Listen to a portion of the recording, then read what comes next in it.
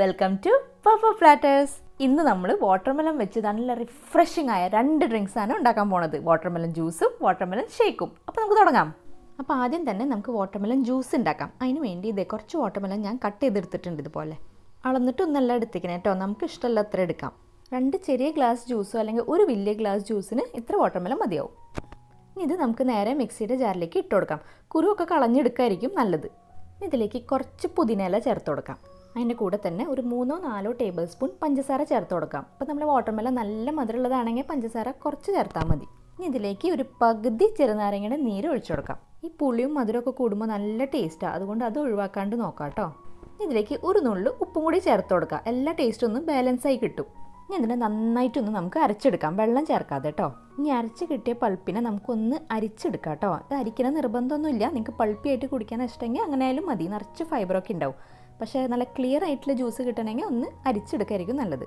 അപ്പോൾ അത് അരിച്ച് കഴിഞ്ഞപ്പോൾ അത് ഇങ്ങനെയാണ് കിട്ടിയ കേട്ടോ. ചെറിയ ചെറിയ പീസസ് വാട്ടർമെലൻ്റെയും നമ്മുടെ പുതിനയിലയുടെ ഒക്കെ ഉണ്ടായിരുന്നു. അപ്പോൾ അതൊക്കെ എടുത്ത് മാറ്റിയപ്പോൾ നല്ല ക്ലിയർ ആയിട്ടുള്ള ജ്യൂസ് കിട്ടിയിട്ടുണ്ട്. ഇനി നമ്മളുടെ ജ്യൂസ് സെർവ് ചെയ്യാനുള്ള ഗ്ലാസ് നമുക്ക് റെഡിയാക്കി എടുക്കാം. അപ്പോൾ ആദ്യം തന്നെ നമുക്ക് ഈ ഗ്ലാസിൻ്റെ വക്കുണ്ടല്ലോ, റിമ്മ്, അതിൽ കുറച്ച് നാരങ്ങ അങ്ങനെ തേച്ച് കൊടുക്കാം. എന്നിട്ട് ഒരു പ്ലേറ്റിൽ പഞ്ചസാര എടുത്തിട്ട് നമുക്ക് ഈ ഗ്ലാസിൻ്റെ റിമ്മ് ആ പഞ്ചസാരയിൽ ഒന്ന് മുക്കി കൊടുക്കാം. അപ്പോൾ ഈ പഞ്ചസാരയൊക്കെ ആ നാരങ്ങ നീരിൽ ഒട്ടിപ്പിടിക്കും.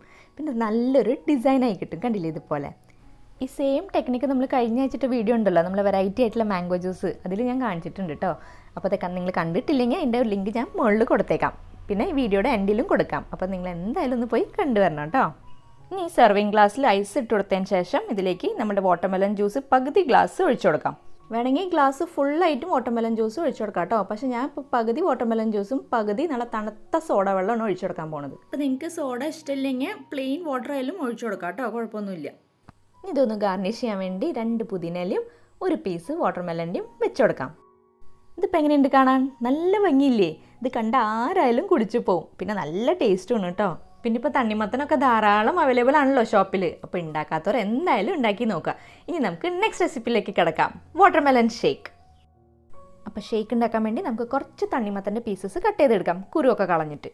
ഇനി ഈ പീസസിനെ നമുക്കൊന്ന് മിക്സിയുടെ ജാറിലേക്ക് ഇട്ട് കൊടുക്കാം. ഇനി ഈ ഷേക്ക് ഉണ്ടാക്കാൻ അത്യാവശ്യമായിട്ട് നമുക്ക് വേണ്ടതിന് പാല്. അപ്പോൾ നമുക്കിവിടെ 1 കപ്പ് 250 ml പാല്, നല്ല ചിൽഡായിട്ടുള്ള പാലാട്ടോ. ഞാൻ ഫ്രിഡ്ജിൽ വെച്ച് കട്ടയാക്കി വയ്ക്കുന്ന പാലാണ്.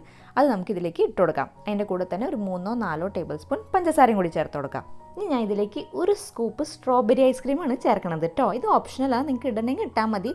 പക്ഷേ നല്ല ടേസ്റ്റ് കേട്ടോ ഐസ്ക്രീം കൂടി ചേർത്താൽ. ഐസ്ക്രീം ചേർത്താൽ നമ്മളുടെ ഷേക്കിന് നല്ലൊരു കട്ടിയും കിട്ടും, നല്ല ടേസ്റ്റും ഉണ്ടാവും. ഈ സ്ട്രോബെറി തന്നെ ചേർക്കണമെന്നില്ല കേട്ടോ, വാനില ചേർത്താലും മതി.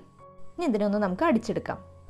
ഇനി ഷേക്കിനെ നമ്മളുടെ സെർവിങ് ഗ്ലാസ്സിലേക്ക് ഒഴിച്ചു കൊടുക്കാം. ഇതിൽ ഐസ് ഇടേണ്ട ആവശ്യമില്ല കേട്ടോ. എന്നാൽ വെച്ചാൽ നമ്മളിതിൽ യൂസ് ചെയ്തിരിക്കുന്ന എല്ലാം നല്ല ചിൽഡ്, നല്ല തണുത്ത സാധനങ്ങളാണ്. ഇനി ഇതിൻ്റെ മുകളിൽ ഞാൻ 1 സ്കൂപ്പും കൂടി സ്ട്രോബെറി ഐസ്ക്രീം വെച്ച് കൊടുക്കണം.